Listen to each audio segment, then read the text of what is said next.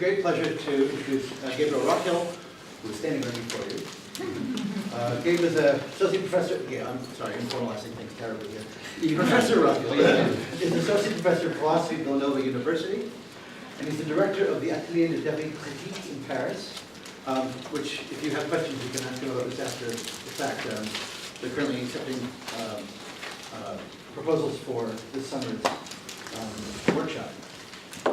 He's the author, most notably, of Interventions in Contemporary Thought, History, Politics, Aesthetics, which is forthcoming.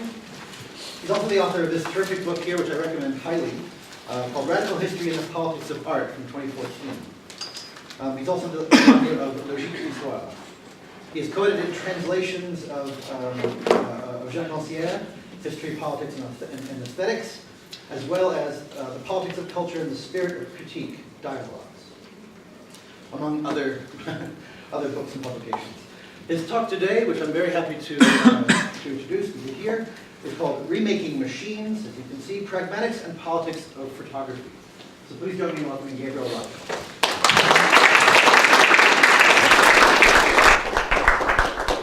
Thank you. Thank you very much, Jonathan, for the invitation. I'm thrilled to be here and to share with you what is relatively new work, in the sense that what I'll present is part of a kind of ongoing series of reflections on recording technologies in general, image and sound more specifically, and that I'm slowly developing into a book project, and this is, or ostensibly will be, the first chapter of that book project. The structure of my talk today will be somewhat heteroclite, and so I'll just preface my remarks by saying that in many ways, what I'll present follows the apparent structure of a lot of the early Louis Buñuel films, where there's a prologue, there's an epilogue, both of which are very short. And it's unclear what the relationship is between the prologue and epilogue and the body of the film itself, so much so that usually you forget the prologue by the time you get to the epilogue. This is partially on purpose, partially due to the constraints of the particular format, but I'll start with no further ado with my prologue. So I'd like to begin by dedicating this talk to those who have collectively made an effort to reconfigure the very notion of reality by reframing what it is that we take to be real. More specifically, I dedicate this talk to the collective reframing of violence against black and brown people in the United States. This reframing has produced greater visibility of certain abuses, I insist on this term, notably the death of individuals such as Michael Brown, Eric Garner, Tamir Rice, Freddie Gray, Sandra Bland, and approximately 929 others in 2015 alone, by recasting the real outside of the narratives fabricated by the police. The real has literally been remade by specific framing devices. This is in part due to the ubiquity of video cameras, something that we see in this room as well, more specifically within cell phones. However, it is important to situate this in relationship to a much larger network, system of network changes that have reconfigured the rhythm, the scale, and the channels of the distribution of sights and sounds. Obviously, the internet, social media, platforms like YouTube, alternative media, and other resources have facilitated a mode of dispersion outside of the sanctioned paths of distribution. We must not, however, assume that this reframing of reality has simply resulted from the increased presence of certain forms of technology in society. People are the ones, for the most part, who are actually doing the filming, posting the videos, performing direct actions, and demanding change, often at great personal expense. There is a heightened political awareness, then, of the power of frames to contest the policing of the real. More and more people are conscious of the fact that as soon as you see the police, you need to start shooting film, that is. This is, according to Chris Marker, the most sensible weapon. He makes this claim in reflecting on his life-changing film, The Sixth Side of the Pentagon, which documented a major turning point in the escalating US protests against the war in Vietnam. The title of his film refers very specifically to the power of reframing, for it is based on the following Zen proverb, quote, "If the five sides of the Pentagon appear impregnable, attack the sixth side," end quote. Marker writes, during those years, I came to the conclusion that the only sensible weapon against the cops could be a film camera. Not that glorious, but at times efficient. With a small 16mm contraption, stolen from a UNESCO drawer, I caught my first demo footage, rather fuzzy, stealing light from the television people. Fascinating formulation, particularly in the current context, in which he's stealing light from the spots on which light is cast by the televisual networks. The quote goes on to read, "And that was a turning point in my film career, that despicable word. In another time, I guess I would have been content filming cats and girls, but you don't choose your time," end quote. Finally, I would like to note that we need to be vigilant regarding the ways in which the creation of new forms of visibility almost inevitably produce spheres of invisibility, according to a certain logic of the frame. We must not forget all of those who have been indiscriminately gunned down in the shadows and whose deaths were not filmed and circulated to contest official narratives. We also need to be attentive to the functions and consequences of the sensation apparatus of the mass media. It often has balloon effects that distend and expand particular sensational events that ultimately dissimulate the deep-seated systemic problems that have generated it, or generated them, I should say. It is vitally important, however, to keep within the frame of violence against African Americans the long history of institutionalized racism, the neoliberal onslaught on communities of color and others, the ubiquity of firearms driven by the industry interests and the NRA, the militarization of the police force, and so many other factors.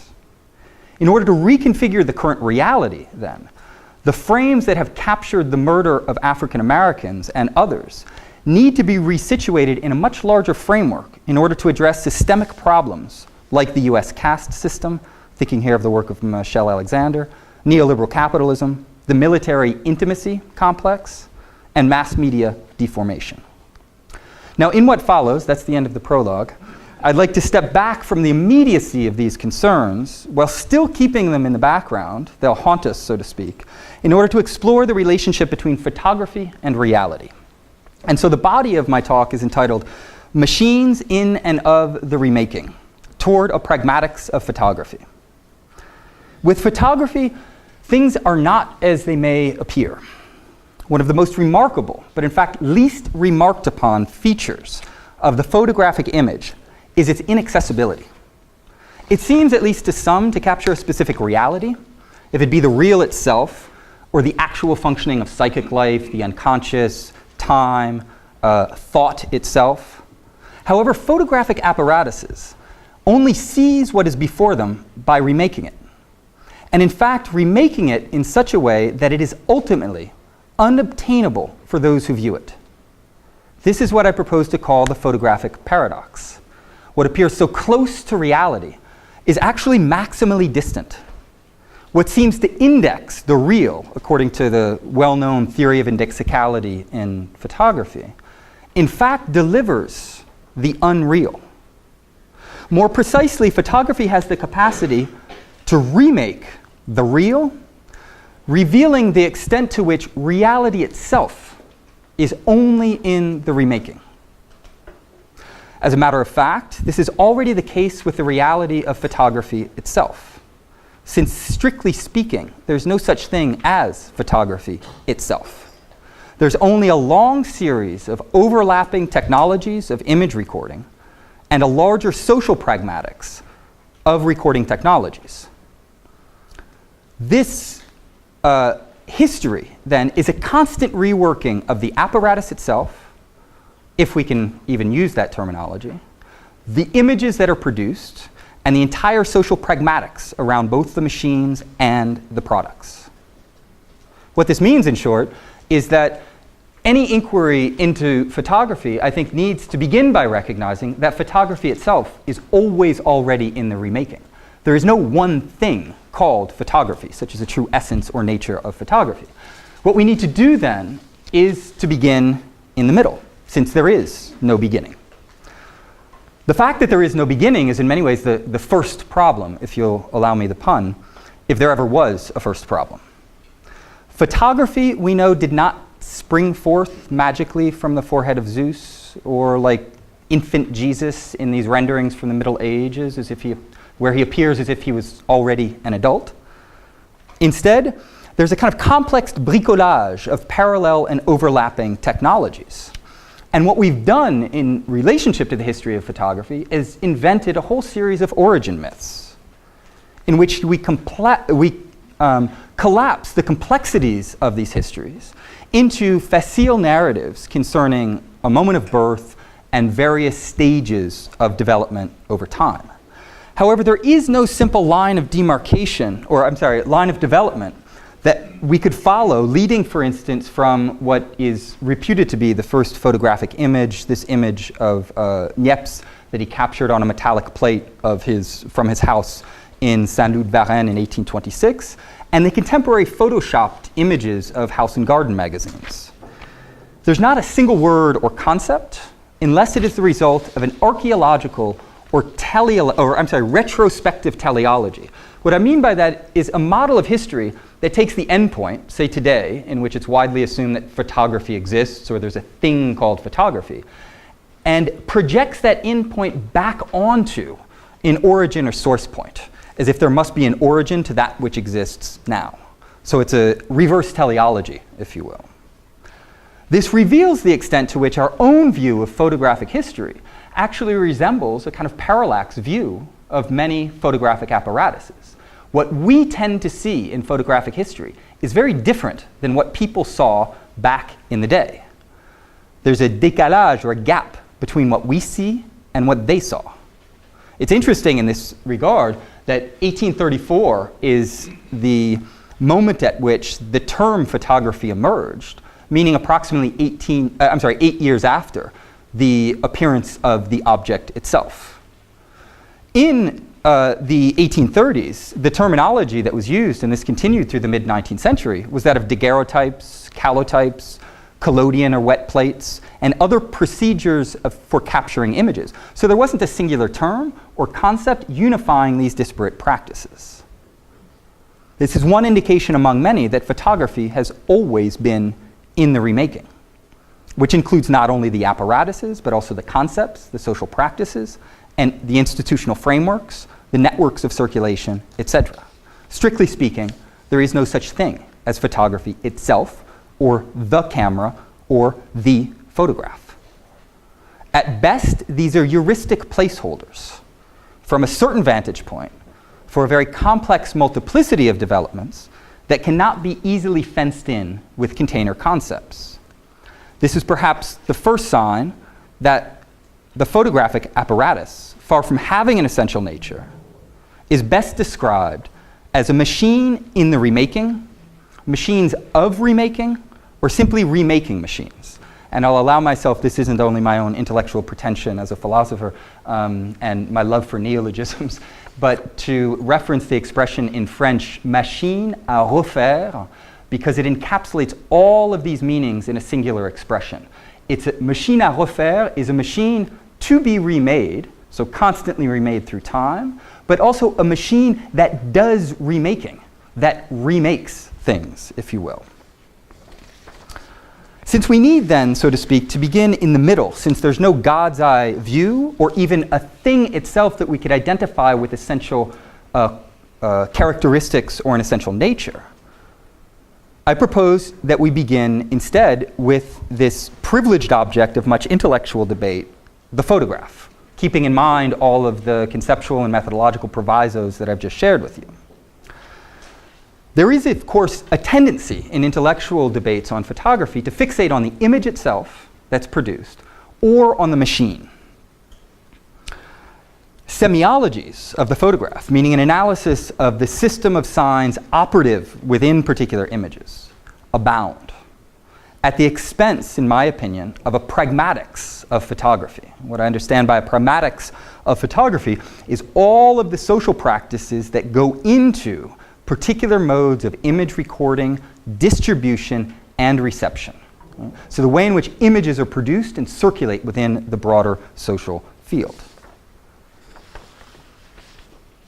In this sense, then, the background for my argument will be in terms of criticizing the semiology of photographic images or of the machine itself in the name of a broader pragmatics that looks at how images are produced and circulate culturally and socially. I won't get all the way into that argument, but instead what I'd like to focus on is the status of the photographic image itself. So actually taking seriously the way in which many philosophies or theories, I should say, of photography begin. And that is looking at how a photographic image operates. What I find remarkable about the photographic image is when we're situated in the point of view of a pragmatics of imagery, what the camera records is, properly speaking, inaccessible. It is recalcitrant to human experience and ultimately unreal, at least for beings defined as human. And I realize, of course, what I'm saying sounds absolutely contradictory, if not mildly insane, because the standard understanding of photography is that it captures the real. It's a slice of real life.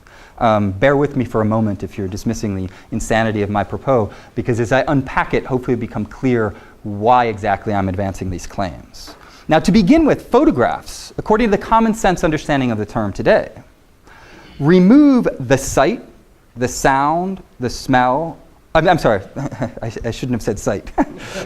That was a great Freudian slip. The sound, smell, taste, and touch of experience, right? So there's an excision of 4 of the 5 senses that human beings have.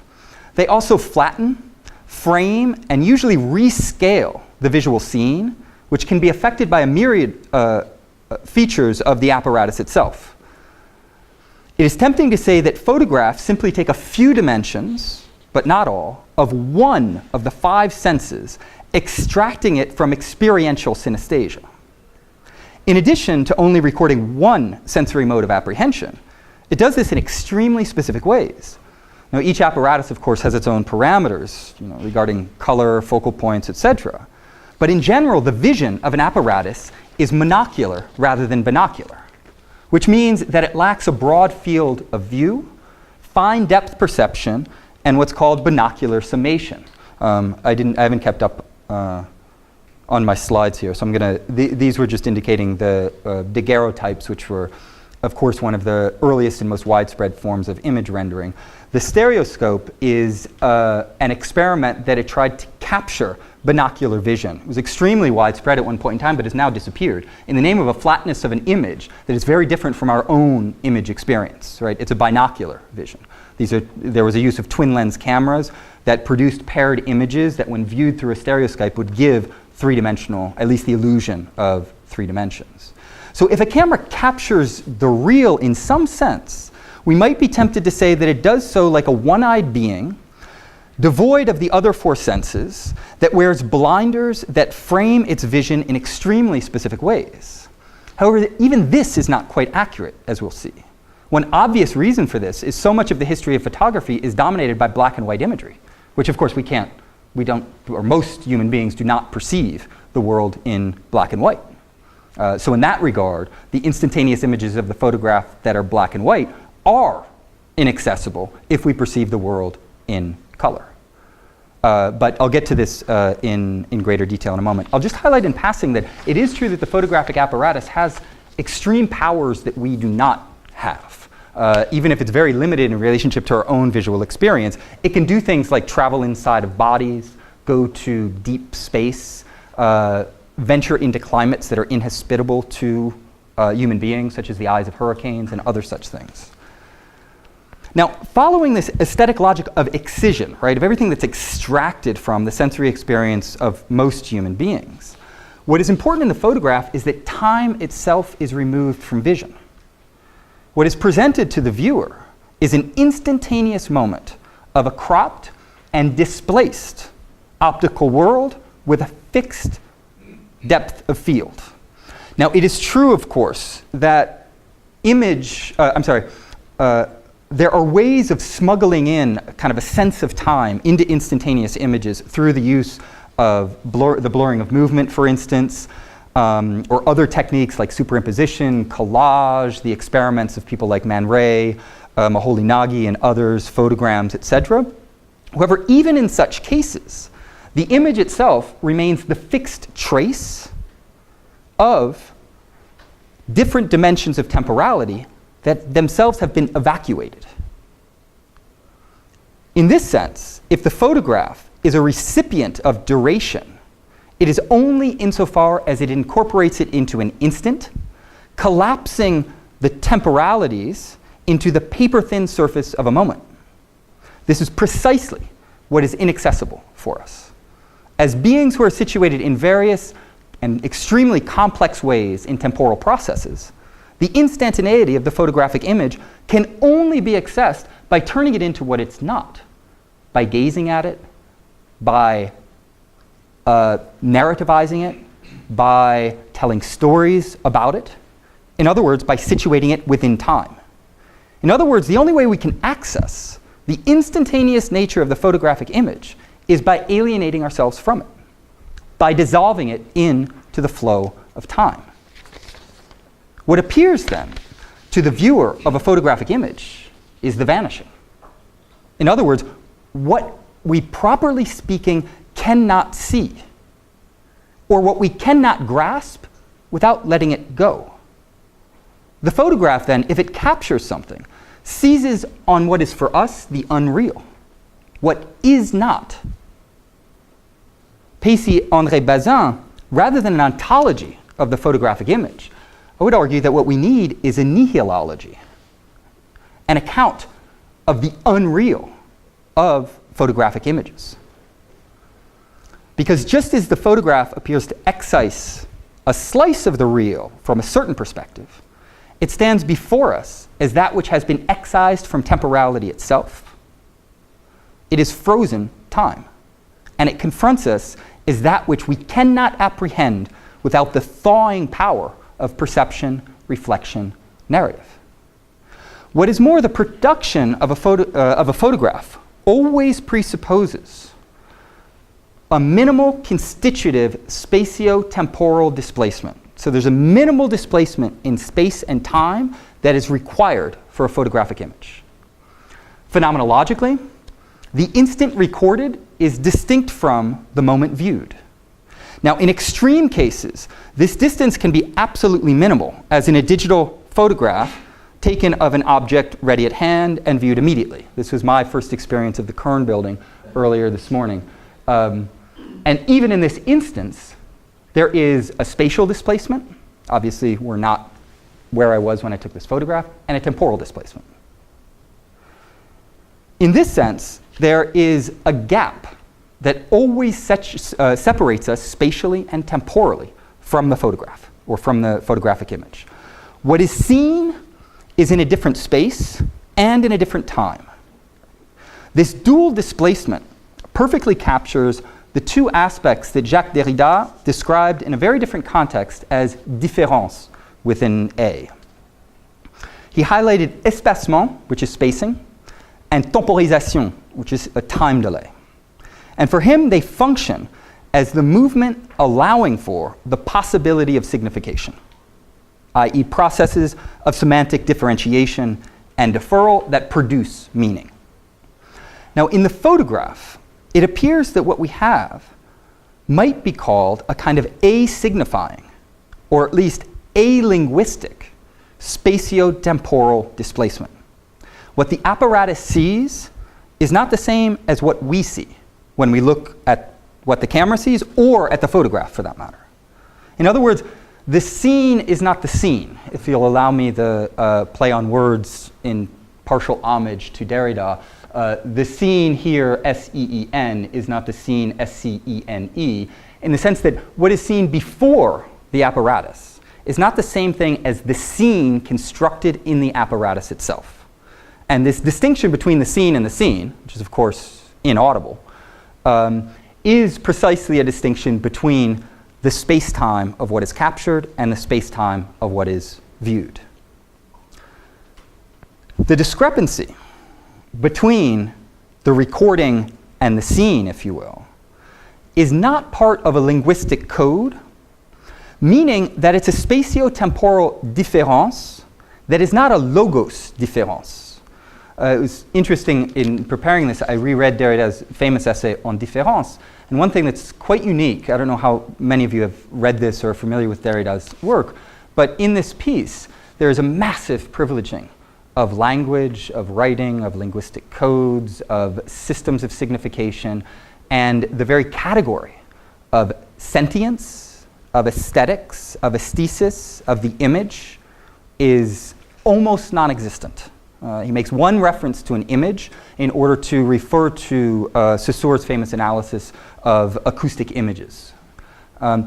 One of the questions then that this research has led me to raise is the extent to which ultimately the Derridian framework is beholden to a deep-seated logocentrism, meaning that his conception of temporal and spatial deferral is and can only occur, arguably, within systems of signification such as linguistic codes, but that the photographic image indexes something like a difference which might not have meaning, right? Just a spatial temporal gap that might not produce signification in the sense of meaning within a linguistic framework.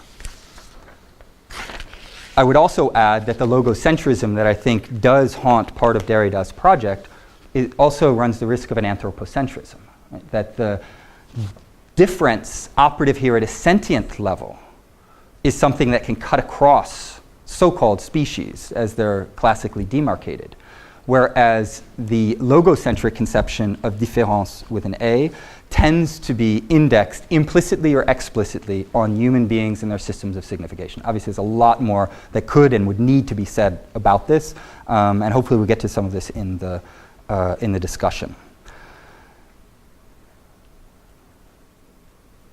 The other thing that I would say just briefly in highlighting this discrepancy is that there's been a lot of work in photography on the relationship between that which is captured and then the capturing thereof in a kind of original versus copy model. And it's a very unilinear conceptualization of representation. And you also have this in a discourse that you find in Debord, but more extensively in Baudrillard, of a conceptualization of representation, if it's photographic or otherwise, in which there's no original, and so you only have copies of copies or endless simulacra. In my opinion, this discourse remains beholden to a very unilinear and unidimensional conception of the relationship between what is captured and its capturing, if you will.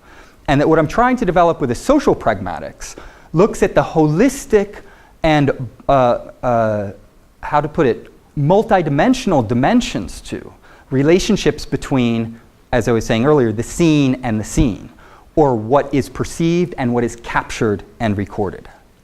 What is unique then about what I'm referring to as a social pragmatics of photography is that it is not only that the photographic image per se remakes, quote unquote, the real, it is that new realities are forged out of the very rituals of picture taking. So the classic model assumes that there are originals that are there and then there are photographs taken of the original. I'll just point to two examples quickly in the interest of time. One thing that's rather fascinating about the logic of picture taking is it creates an entire set of praxeological habits that remake the real, meaning people do different things. They go to a museum not simply to gaze at the pictures, but to take photographs of the picture. Where this is a famous Thomas Struth, who is of course a professional photographer, an artist photographer, if you will, who's taking a picture of people taking a picture of a picture that has been painted. Right? So there's an entire pragmatic constellation of points of agency.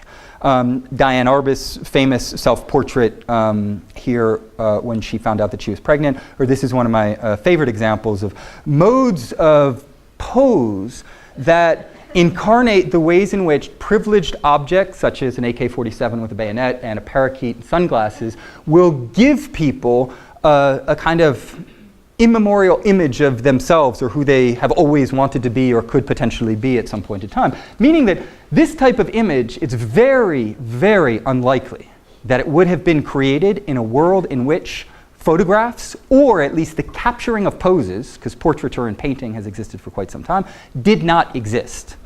So the very logic of the pose points to the ways in which the photographic apparatus remakes what it is that we do in social reality. It's quite an odd thing when somebody gets out a camera and you're supposed to stop and look at the camera, make certain gestures and expressions and not others. If you tried to photograph small children, you probably have encountered this on numerous occasions when usually they don't want to make the faces or stand in the poses that they're supposed to.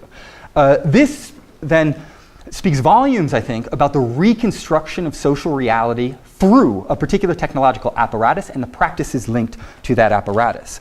Mass culture is, of course, another instance of the ways in which images themselves reformat our very notion of what is real, and largely at a pre-linguistic or paralinguistic level. So things don't have to be said, because images can often communicate at a level of sentience in which they don't have to be made explicit because they're absolutely transparent. Images tell us things such as, this is sexy, this is hot, this is not, this is what women do with their bodies, this is what men do, these are the colors of people that we see or that we should want to be like. And there's a way in which images themselves, particularly in the mass media, tap into a level of a reality that's not only the kind of social practices, but can tap into the deepest levels of libidinal investments, unconscious desires, senses of self, and reconstruct that reality in extremely powerful ways. A great example of this is the prevalence of pornography. One of my outstanding book publications that I probably should never get to if I want to pursue a career in philosophy is a counter-history of film. Because one of the remarkable things about the history of film is that the most widely produced mode of film in the world, in the history of cinema, is by far pornography. It outshines all other genres by far. And in that regard, one of the things that's powerful not only about what we could call kind of pornographic images of the media, but more blatantly pornography itself, is that it taps into libidinal investments and desires at such a level that it doesn't simply imitate the real or imitate something that is happening. It remakes us as very real libidinal and desirous beings. So it's an excellent example, I think, of the extent to which photography is not simply capturing something that could be purportedly real, but actually remaking it in radical ways, revealing the extent to which there might not be a reality that's there in the first place that's being remade, but rather constant processes of remaking. So in the interest of time, I will jump then to my epilogue, which again will be a bit of a disconnect, but hopefully the overall set of concerns will come back to bear. I would say then that reality itself is at stake in many of the current struggles around the visibility of police and vigilante violence, to come back to this instance, but also at so many different levels, such as the images that circulate through the mass media or more broadly in social media and other networks. And it's not simply that there are certain acts that have a heightened visibility.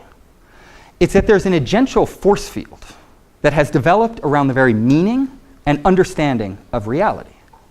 And technologically reproduced images have functioned as crucial leverage points in these struggles. They've primarily been moving as opposed to static images, if we think about the images of violence against Black, Brown, Latino people in this country. And this could be something that would merit further discussion, because the body of my analysis has concentrated on static images as opposed to moving images. But for the sake of concluding, I'd like to draw a heuristic distinction and a very kind of poor conclusion in relationship to the general recommendations to undergraduate papers, in which you should never introduce anything new in your conclusion. You should simply bring the threads together, paraphrase what you've already said, but in a new and compelling way. I think that one way of reframing a number of my concerns is to break with this kind of narratological rule and propose a distinction that I haven't used in the paper between reality and the real. We might say that reality, in some sense, corresponds to a general, widespread understanding of what truly exists. So a very banal understanding of reality. The real we could index as being that which actually contests reality, meaning an attempt to rework operative notions of reality by claiming, for instance, this too is real, even though it does not appear in your reality. In this sense, I think that we could say that photography, as a remaking machine, has played a central role in contesting the supposed reality of police and race relations. If we think historically for a moment, of course, a lot of these relations have been coded within the official narratives coming out of the powers that be, meaning police narratives themselves. What you have with the images of violence against black and brown people is a real that's contesting the reality of the police narratives. It has presented the real as that which does not fit in reality, as that which directly contests official narratives, thereby opening up the possibility of a reconfiguration of reality, a remaking, if you will. So if photography is indeed, as Chris Marker claimed, a sensible weapon, it is because it has the power of making visible the sixth side of the Pentagon. Right? The sixth side of the Pentagon is not in reality. Right? It is the real to a certain extent. It's the real precisely because it's an attack on reality from the point of view of that which cannot exist or does not exist. In this sense, then, it recognizes, photography recognizes at least certain uses of it, the need to position one in relationship to reality by laying claim to a real that is not situated within it. This, one might say, is the true power of the pragmatics of photography as a remaking machine. Thank you.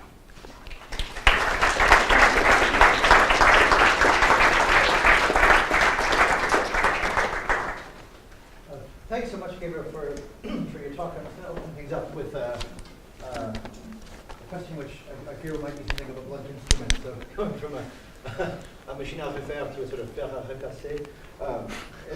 Sorry. That was a good pun. Thank you. Sorry.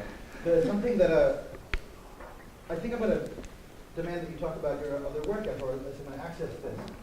So in shifting from, in your final move to this idea of photography being able to access a reality that is, a real that is not reality. This is normally done in terms of a utopian thought or in terms of like some kind of liberationist possibility, right? But you're mobilizing this to other ends in terms of something that holds the sight of the evidentia somehow, right? Right. And I'm wondering if you could talk a little bit about that. You've used framing as a kind of metaphor throughout, but that bears a kind of ontological significance. Like that's the part of photography that I would be retaining. You're not arguing that so much as looking for a placeholder, right, for how do people who want to point to the deictic function, the indexical function, the evidentiary function of the photograph, whether to create an alternative consensus or to mobilize, right, that real against the sort of the narrative of reality. That seems like a place where the social comes in, where discourse comes in, where some kind of agreement about what it is that we all commonly point to if we're working across our emanation from the actual artifact of the photograph itself. So I'm wondering if you could just say a bit more about that index, what would otherwise be an indexical function for that real, and how is it constituted beyond the singular effect of its sixth side? Yeah, that's a great question. I would say that one of the reasons that I'm interested in the kind of practice of photography in general is the extent to which it can operate as a technological practice that leverages our understanding of reality. One of the final images that I have is this image. How many people have actually seen this? Very few, if not. You have? No, I mean from that angle. Yeah. Yeah, I hope everyone has seen this image if you didn't know the Earth was round and things like this. But this would be a perfect instance for me of the ways in which a photographic image can powerfully leverage our conceptions of reality. In order to do that, it needs to be embedded within a larger context of understanding and of struggle over what is truly real. And one of the sticking points for me that I'm still grappling with, it's very much an open question, is the status of evidence in the photograph. Because at a certain level, there is light hitting an apparatus, and that light can be manufactured, it can be reconfigured in various ways, but there are also things that are beyond the control of the apparatus or the person manipulating the apparatus. And that's the kind of evidentiary status, if you will. It only properly becomes evidence when it is inserted within a narrative, right? When people explain what's going on. If you show a photographic image to someone who has no conceptual or linguistic framework, then it operates very, very differently. So I wouldn't want to say that the evidence simply comes from the light captured on the photosensitive material, but there's a way in which, the way in which that light is remade through the narratives around it, it can reconstruct a social understanding of what really happened. And that's what I see being quite powerful in the number of filmings of violence against Black, Brown, Latino, trans, a number of communities in this country, is that I don't think that this would be possible in the same way, or would have been possible in the same way 20 years ago, for very different reasons.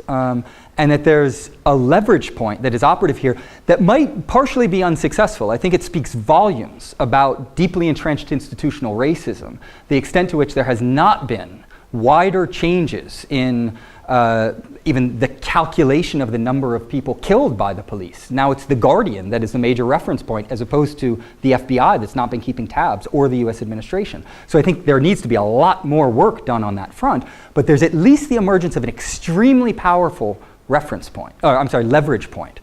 And that leverage point is related to evidential traces, if you will, but it's also related to the narrative inscription of those evidential traces. And that's, in many ways, I mean, there are deep ontological concerns that are operative here, right?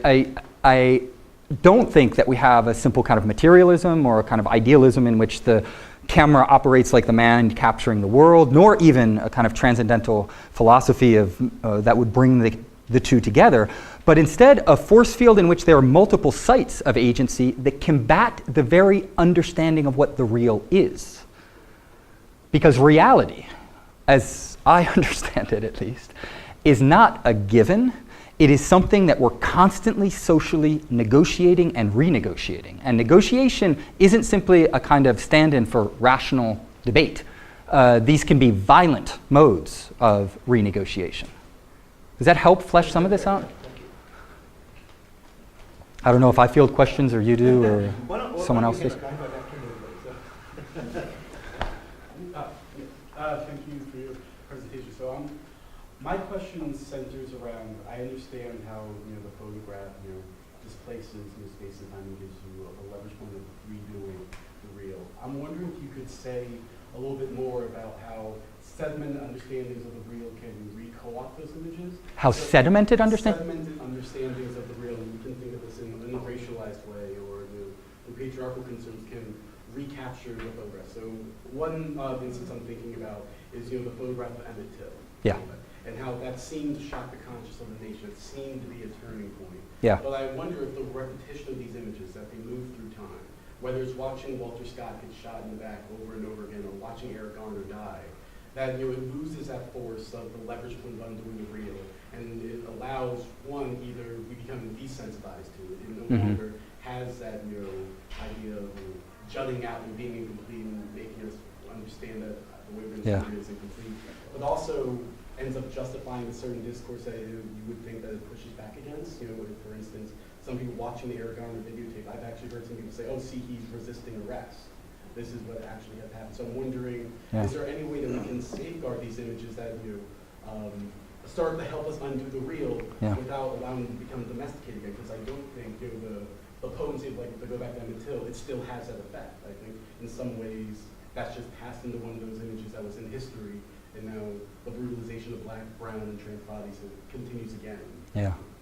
No, that's really great. For me, that points to the importance of a social pragmatics, because images, as I understand them, don't have an inherent power unto themselves. That power is always negotiated and renegotiated through an entire lens of spectatorship that is not unique. And people will see and interpret these images in extremely different ways.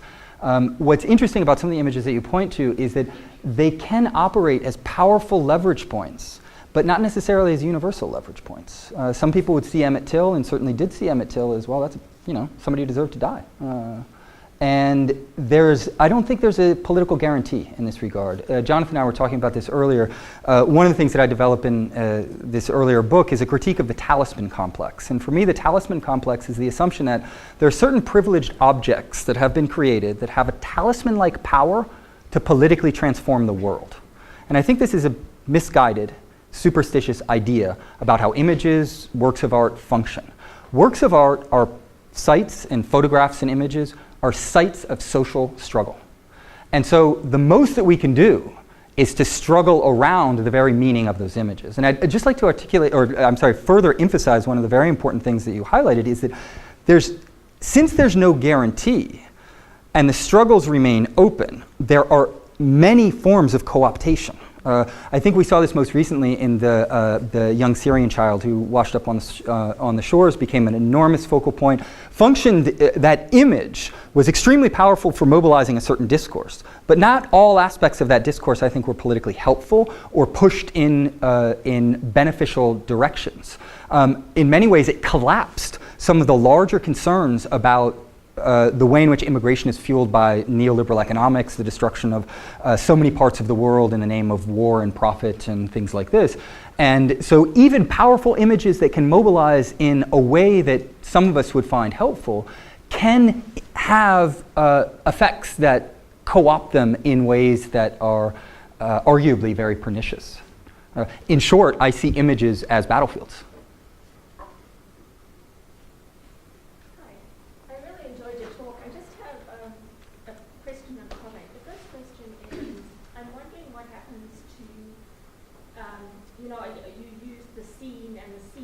Yeah. And I'd like to concentrate for a moment on the SEEN. And it seems to me that what fluctuates in your paper in a very productive way, not a negative way, is agency and subjectivity. So I'm wondering if you're not working towards a kind of post-human and post-material configuration of agency. Because I would totally agree with you. I'm not so sure that it's only about the signification, but I would totally agree with you that the Derrida of structure, sign, and play has a kind of logocentricity too. But then it occurs to me that you would be able, I would hope, to come up productively with something in which the eye is not either the eye of the camera or do you know what I mean? I want to know where the eye is. I know it's not the eye of the camera, I know it's not the eye of the photographer, but I think it might be productive to get Absolutely. About that. The second is just a comment, which is I really think that if we're going to make this point very productively about the role of photos as evidence, is to do a kind of transnational discussion of affect in relation to, say, the photograph. Because I come out of South Africa, right, originally, and so if you look at something like the picture of Hector Peterson dying in the 1976 Soweto riot, Right. and the kinds of transnational affect, that relates to what you were saying about slightly negative impact. So that has a huge affect internationally, but that's a lot because, it enables somebody who considers themselves liberal in the United States to look at that picture without a feeling of complicity. Yeah. Right? You get what I'm saying? Yeah, absolutely. Some kind of transnational, I know you're calling it social, I would call it socio-political. Yeah, that's fine. Yeah. Vision of what you're doing, I think it might be. No, that's great. Regarding the first point, you've tapped into what is one of the kind of underlying themes and issues in a lot of this research and comes out of the earlier book, and that is developing a theory of agency that is multidimensional. And agency I do not understand at all in terms of the standard philosophic oppositions between freedom on the one hand and determinism on the other, or subject versus object, or human beings versus those who don't have this freedom, or whatever else you might want to call it. So agency, you could say, is, I don't use that vocabulary because I also think there are problems with the vocabulary, but we could call it post-humanist, if you will. Agency is by no means something that only human beings have. If we didn't have the cups on this table, the drinks would be pouring all over the place, and most human beings couldn't do much about it. So the agency of the cups is actually quite helpful for keeping the beverages contained. In this sense, I have a kind of relational and multidimensional conception of agency, in which agencies operate in a broader force field, and they redefine themselves in relationship to other agencies. And so it's not that there's an agency of the camera, an agency of the photographer, etc., but there are heuristic points that we can identify as nodal points in an agential field. And agencies vary not only in terms of their sites that we can identify, but also their strength in relationship to other agencies, their ranges, etc. And so in that regard, what I'm calling a social pragmatics is an attempt to give a multidimensional account of the agencies, in the plural, operative in the technological practice of photo taking. And this is not, to use the non-gender specific classic terminology, man and machine. There are ways in which agencies are operative that cannot be identified and indexed simply on this is the machine and this is the human being using the machine. So I really appreciate that question and where I hear you inviting me to go. Concerning transnational affect, I do think that the affect in general is a fascinating category to concentrate on in the case of images and image circulation, and is a kind of realm of research, if you will, that does contest a lot of the kind of semiological approaches to photography and the focus on codes, on linguistic framing, on narrative, etc. It is also quite a complicated territory or a variegated terrain. Because to speak of transnational affect, for instance, I think we have to start by doing it in the plural, because there are so many different affects that are operative. And there's a way in which vehicles can at once be a kind of, images can be a vehicle for certain modes of affect. They can also be affectually charged in particular ways, but the registering of that affect can vary considerably based on culture, time, place, etc. And so what you were saying precisely about a kind of Western liberal gaze and the affect affiliated with that, I think is key for understanding how some of these images function. And that field of research, it's not something that I've done myself, I think it's fascinating. Because it shows the multivalence of photographs. They have different meanings and different affects and different charges and different contexts, but also the extent to which certain images that are supposed to just be, good images because it's a child dying and everyone's feel for the child, can actually have quite nebulous and pernicious political affects that are vehicled by those images. Yeah, I think most African citizens have figured that one out. Yeah, I'm sure. Yeah, exactly. We don't even have to articulate it. Yeah, I'm sure. Thanks. Most citizens of the world, probably. Yeah. I feel like it went for 20 because I always have to ask a theater question, but I do think it's relevant. I was wondering if you looked at any people who have considered photography in relation to theater performance. Because I think a lot of the issues that you're talking about of time, and then also trying to get away from this just like a Meridian model of spatial temporal difference really come out in that realm. And then also, even just thinking about the question of agency, of course, there was a long history of philosophers sort of turning to the theater to think through questions of agency. Right. And it's also sort of a site where I think a lot of people have thought about things like social pragmatics, Mm-hmm. because theater's more difficult to reify, I guess, as an object in the way that, say, a photograph is. Mm-hmm. So, But theater is also situated in time.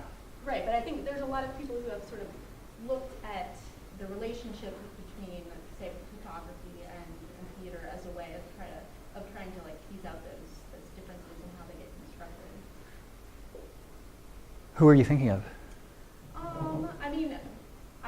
Off the top of my head, Rebecca Schneider is one contemporary performance person who has done that. But I think there's people have looked at, for instance, say Brecht, what's Yeah, Brecht that's doing classic. when he Yeah. incorporates Yeah. photography. But he also incorporates everything else too, right? There's a kind of critique of the genre specificity and an attempt to.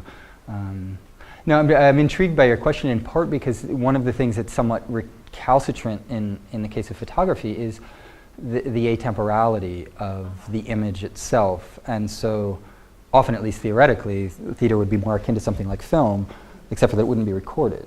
And in that sense, one thing that, and this might develop some of the earlier things that I said in relationship to a photographic image being inaccessible, what's unique, I think, about film and theater is that it's irrecuperable.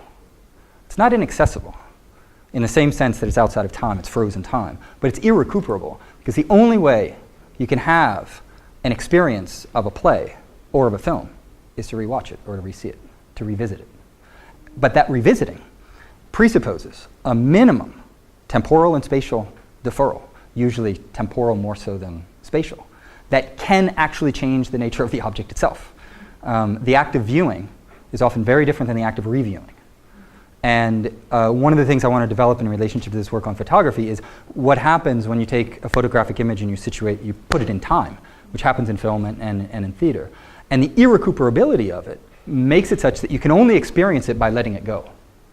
I mean, you can pause the film, but then it's a photogram. It's not a film anymore. So there's a kind of experiential dimension that makes it seem closer to reality in the sense that reality here I'm using very loosely, is also irrecuperable. We can't travel back in time. But what is distinct in the case of theater to a certain extent, I mean, it depends on what type of theater you're talking about. Like film, film is quintessentially time travel. We all know that, right? The film records the past, and you watch it in the present. And so what you do in the present is you travel back to the past. Hitchcock and so many others have worked on film as time travel. Theater, if it's based on a script, is also time travel to a certain extent, because you have the script that is established and then you revisit it. But every time you revisit it, it can be different in ways that the film will not be different. And that, I think, is a very important difference, if you will. Not to reify in the least, because I would be the last person to do that, these kind of genre distinctions. At the end of the day, I don't think they can hold up. Because there's so many people in the theater using film, or Fassbinder, who came out of the theater and then made films about the theater with people who were actresses and actors in the theater, etc. Does that? I know I'm going in a kind of tangential direction in relationship to your question, Yeah, but I was just wondering, because I think it, I mean, I always like to think about media in relation to other media. yeah, of course, right. Sort of bring out some of the differences. So I was just thinking that might be an interesting way to help sort of get at some of those questions and get a vocabulary. And just out of curiosity, what are like because you said this is part of a larger project, what are the other sort of media recording media? Well, the project is on basically, right now the title of it is Recording Time, in the double meaning of the term, and it's looking at sound and image technologies from basically the early 19th century to the present. And a lot of it concentrates on what is classically called film. So there's chapters that are already written on the so-called birth of film. There's a lot of work on Godard, Chris Marker, Hitchcock, people who had a real sense of the temporality of cinema, and cinema as a tool for powerfully remaking that which is so-called given. But then there's also, in the later chapters, I'm interested in exploring contemporary kind of digital technologies, the circulation of images in a world in which there's kind of modes of dispersion that don't follow the classic channels of distribution and things like that. But it's a project I always take a lot of time on my book projects, and so it will have its own temporality and will take on different forms as it will remake itself. I'll be there hopefully as a witness, but it'll certainly remake itself through time. Yeah? Time for one more question, I think. Okay, yeah, you've got, yeah. Okay, well, I just have a couple of thoughts and comments, and I think they're related. First of all, I thought it was interesting because your project seems, at least from this chapter that you presented, so specifically focused on sight alone. Yeah. And yet your introduction, your conclusion, your epilogue were focused more on these images that contain also sound. Mm-hmm. And the sound became very important in its afterlife and a reproduction of these images, because if you think of, for example, the protests that occurred. There were not only posters, but also people lying down and saying, I can't breathe, I can't breathe. And so the sound is so integral. And so I wonder what you're gaining by excluding the other senses and focusing on sight. Second, and like I said, this is a roundabout, but I think it's related, is this felt to me like a very, especially when you said machine à refaire, it felt very much like an early modern or Enlightenment project to me, because obviously Early modern Enlightenment? an Enlightenment project. Okay. I'm thinking of the materialists. I'm thinking of Diderot, Condillac, Okay. La Métrie, because you're talking about there's not necessarily a binary distinction between man and machine, for example. And that was a lot of Diderot's project, was to sort of break down, and he did this through other senses. If you think of the Letter on the Blind, he did this by talking about sculptures, and so sculpture, he talks about the blind man filling the sculpture, Right. and it also reproduces Yeah. the scene. And so I wonder if And I wonder if limiting it to sight is a little bit premature, maybe. And then just one last comment is, I wonder if Stiegler is not a better person to look to than Derrida, since Stiegler's readings of Derrida do exactly this work of breaking down boundaries between man and machine and between organic and inorganic, that it sounds like are really crucial to this project that you're doing. Yeah, that's great. Thank you. I couldn't agree more with the relationship between sight and sound. In the larger project, one of the major concerns is with sound and sound technologies for a number of reasons. One is theoretically, they've largely been left outside of the purview of analysis with a major concentration on vision. You look at the canonical essays in the 20th century on image reproduction, anything from Benjamin to Baudrillard or others, and there's a very, very clear center of gravity. And that center of gravity doesn't go without saying. And so part of the project is calling that into question. Since I mainly talked about photographs in the body of the paper, and as far as I know, there aren't technologies, because it's actually structurally impossible to have voice with photograph, because an instantaneous rendering of a voice would be a non-existent voice. So that's the main reason I didn't talk about it in this particular project, although captions, of course, can play an extremely important role and be another direction to push in. I'd also say that in relationship to the sight technologies, one of the things that's fascinating is sound technology developed at the same time, right? At the end of the 18th century, or end of the 19th century is precisely when you had all of the experiments in sound recording that were coextensive, or at least happened at the exact same time as the image recording experiments. And then they were transformed as well by one another at precise meeting points. So there are a whole series of sound experiments that didn't really impact cinema directly. And then when sound came into the cinema, of course, 1927 and 1930 was when it really became widespread, it radically transformed the nature of image production. And so I'm very interested not simply in sight and sound, but more generally in the way in which their intertwining can reconfigure both modes of recording. So I greatly appreciate that invitation to further develop that direction. On the Enlightenment, it's true that these weren't figures that I had expressly in mind or that form the intellectual backdrop to some of the work. In hearing you, though, I think to myself, yes, that's definitely part of the orientation in this project, particularly in accounting for a kind of synestasic experience in which you don't simply have sight over here and sound over here. Jean-Luc Godard has a beautiful title for his production company, which is Son Image. It means, obviously, literally, its image, her image, but it also means sound image. And that coalesces with this kind of more synestasic approach. Stiegler is, it would take a lot of time to unpack my relationship to the position that Stiegler takes. I would just say very quickly, on the one hand, trying to break down the relationship between technologies on, the one hand and human beings on the other is extremely important. Obviously, he's coming out of the Derridian heritage. And so in that regard, I share some with his position. I also, though, do find him to be someone who gives us an account of the history of technologies that is highly, highly problematic for a number of reasons. One is what I sense as, in spite of all of his Derridianism, a kind of essentialist account of an ontology of the present. An ontology of presence. That sounds too Foucaultian. That I've interacted with him in roundtables about this and tried to call him out on the extent to which his understanding of technology doesn't get us to the level that I want to be at, which is a social pragmatics of technology that looks at its material functionings and doesn't fall into a kind of philosophic view from above that attempts to identify what is a grand narrative about the history of technologies. And that's what I see particularly problematic in his project. But he's written a lot and he's extremely prolific, so it would take a lot more time to try to unpack some of the things that would need to be said. Great, well thank you. Please join me in thanking Gabriel Rockhill. Thank you.